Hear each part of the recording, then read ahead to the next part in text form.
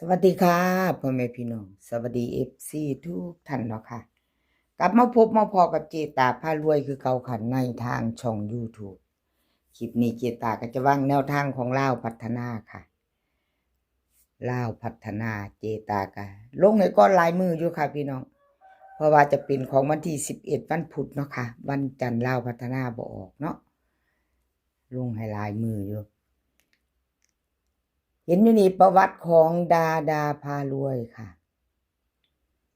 ดาพารวยวันที่6ที่ผ่านมาครับพี่น้องประวัติ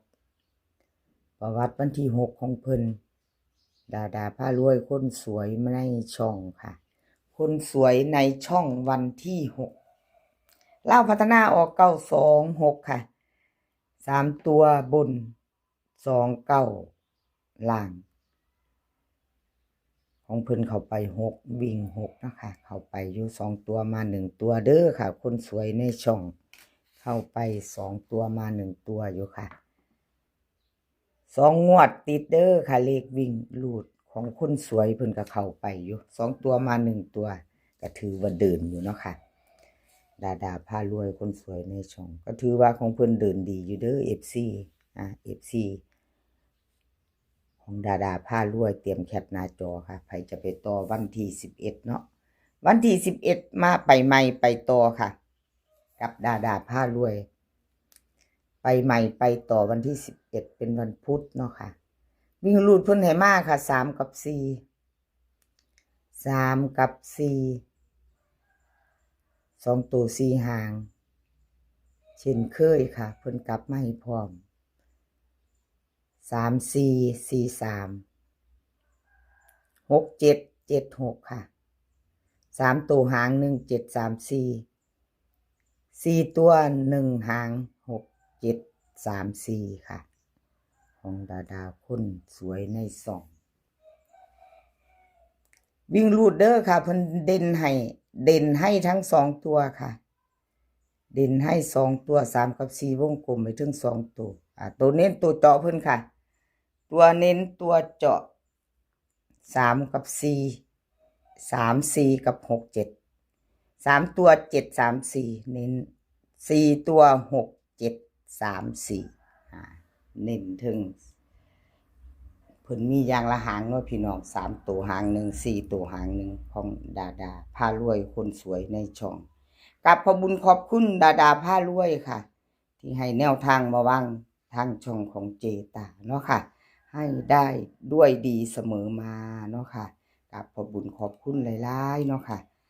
อยู่น้ำกันมาโดนมานานเนาะค่ะดาพารวยคนสวยในช่องกับขอบพระคุณเป็นอย่างสูงคลิปนี้จะมี3เซียนดังเด้อค่ะ3เซียนดังจะมีดาพารวยน้อยนำโชคเลขล็อกหนองบัวค่ะ3เซียนดัง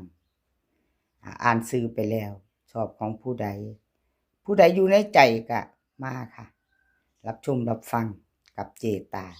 แล้วก็แคปหน้าจอไว้เนาะค่ะเจตาลงให้ก่อนหลายมืออยู่ค่ะลงให้ก่อนหลายมือมื้อนี้เป็นวันอาทิตย์เนาะค่ะวันพุธลาวพัฒนาออกจะได้เอาไปพิจารณากันโดนหลายมือเนาะพี่น้องหลายมืออยู่ไปโตค่ะไปโต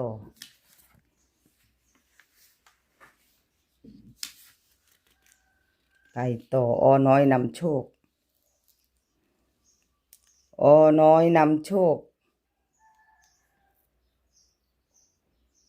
ลาวพัฒนาวันที่6ที่ผ่านมาค่ะน้อยนำโชคเข้าไป9ตัว1เนาะลาวออก926ค่ะมาต่อค่ะน้อยนำโชคลาวพัฒนาออก926ค่ะ926 3ตัวบน29ล่างน้อยนำโชคเข้าไป9เนาะค่ะจับคู่บ่เข้าบ่มาไม่มี2ตัวเนาะจับคู่ไม่เดินน้อยนำโชคเข้าไปตั้งแต่วิ่งรูดเด้อค่ะพี่น้อง2งวดกะเข้าไปงวดละตัว2ตัวมา1ตัวค่ะน้อยนำโชคประวัติของเพิ่นเนาะ FC ถ้ายังมีผู้ตามอยู่นะคะพิจารณาเบิ่งแนวทางใหม่ของเพิ่นวันที่11ค่ะ ถ้ายังจะตามต่อก็แคปหน้าจอรับชมรับฟังแล้วก็แคปไว้เนาะพี่น้องพิจารณาไปน้ำกันแนวทางใหม่เพิ่นเนาะค่ะประวัติก็ให้เบิ่งแล้ว2 งวดเนาะ2 ตัวบ่เข้าหลุดไป2 งวดค่ะเขาแต่วิ่งหลุดอ้อน้อยนำโชคค่ะเราพัฒนาวิ่งหลุดเพิ่นให้มา2 กับ 7ค่ะ2 ตัว 4 หาง2 7 2 8 4 7 7 5 7 4 7 5เบิ้ลค่ะ2 2 7 7 3 ตัวค่ะ2 7 4 7 2 8 2 7 5วิ่งรูด2 ตัวเด่นทอกันเด้อค่ะอ้อน้อยนำโชคเด่นให้เท่ากันวงกลมให้2 กับ 7ค่ะวงกลมให้ทั้ง2 ตัว2 ตัว2 หางค่ะเพิ่นเน้นให้2 7 7 4ค่ะ3 ตัวเน้นหางเดียว2 7 4แคปหน้าจอค่ะใครจะไปต่อกับอ้อน้อยนำโชคเนาะค่ะใครจะต่อกับเพิ่นแคปหน้าจอกับอ้อน้อยนำโชคเนาะค่ะวันที่11เป็นวันพุธเนาะกับขอบคุญขอบคุณอ้อน้อยนำโชคหลายๆค่ะที่ให้แนวทางมาวางทางช่องของเจตาด้วยดีเสมอมาเนาะค่ะแล้วก็ FC ค่ะผู้เข้ามาเป็นกำลังแรงใจให้เจตาด้วยดีเสมอมามากดไลค์กดแชร์มากดติดตามเนาะค่ะมาคอมเมนต์กราบขอบคุณหลายๆกราบขอบพระคุณเป็นอย่างสูง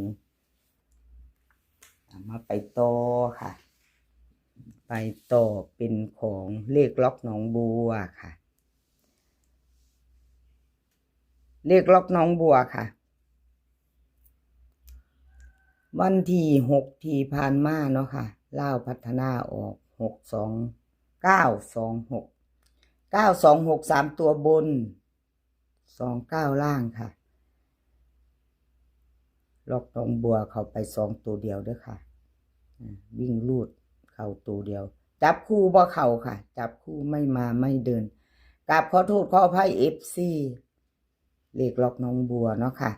ที่แนวทางเพิ่นบ่เดินบ่เข้าเนาะหลุดไปกราบขอโทษขออภัยแทนเพิ่นหลายๆมาเบิ่งประวัติอีกงวดนึงค่ะล็อกหนองบัวหลุดไป2 งวดเนาะค่ะพี่น้องหลุดแล้วหลุดเลยเนาะบ่มีกักค่ะหลุดแล้วหลุดเลยหลุดทั้ง2 งวดนี่แนวทางใหม่ของเพิ่นมาตามใหม่ไปต่อค่ะมาไปใหม่ตามต่อเลขทุกตัวก็เป็นเพียงแนวทางเนาะค่ะพี่น้องเลขทุกตัวเอามาวางเพื่อเป็นแนวทางโปรดใช้วิจารณญาณในการรับชมเป็นอย่างสูงค่ะมาไปไม้วันที่11เป็นวันพุธค่ะเจตาลงให้ก่อนล้ายมืออยู่วิ่งรูดค่ะวิ่งรูดเพิ่นให้มา8 กับ 4 2 ตัว 4 หางค่ะ2 ตัว 4 หาง8 4 8 8 5 8 4 4 6 4 5ค่ะ